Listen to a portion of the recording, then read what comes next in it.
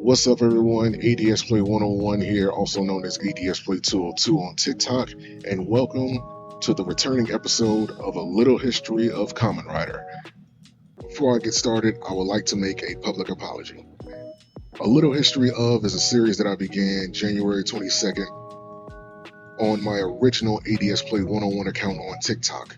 And when that page got banned, my original plan was to bring this series back March 7th, 2025. But due to uncertainties of certain platforms, I had to make sure that whatever I uploaded to whichever platform followed proper guidelines without any confusion and navigate the nuances of what is or isn't considered fair use. And for that, I apologize and thank you for your patience. So what is Kamen Rider?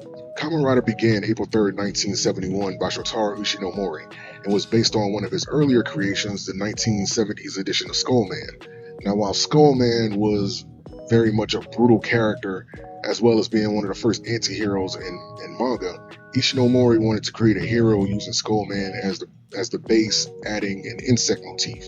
And on April 3rd, 1975, Kamen Rider was born. Now, Kamen Rider, more so than Super Sentai, a franchise that we would later go to know as Power Rangers, is often referenced by the era that it began in.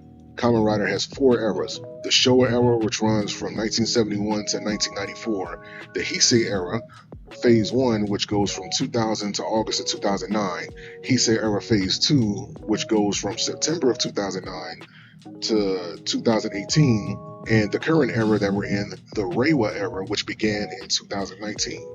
Now, one interesting fact in the history of Kamen Rider, the Showa era has its own timeline that doesn't necessarily follow Japanese history.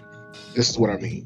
When you look at the Showa era timeline, it actually goes from December 25th, 1926 to January 7th, 1989. But in the history of Kamen Rider, the Showa era ends in 1994. The reason for this is when Ishinomori passed away from heart failure and lymphoma in 1998, just 2 short years before the Kamen Rider franchise revived in the year 2000 with Kamen Rider Kuga. To honor his memory, Shin, Zo, and Jay, which are the final 3 Kamen Riders referenced in the Showa era, remained Showa era riders, even though technically they are Heisei era riders. Because of this, the Showa era ended up taking on 2 descriptions. Not only did it reference the Kamen Riders that debuted in that era, but it also referenced the work that Shotaro Ishinomori did while he was alive. And even now, since the Heisei era and onward, they still credit Shotaro Ishinomori as the creator of Kamen Rider. I hope you guys enjoyed this returning episode of A Little History of. The next episode will be next Saturday, August 6th, and we will be talking about the creator himself, Shotaro Ishinomori. I hope to see you guys then, and remember, be humble in victory, be gracious in defeat, but show no mercy in battle. World Warriors Collective. Thank you guys for watching. Peace, and I will see you guys next time.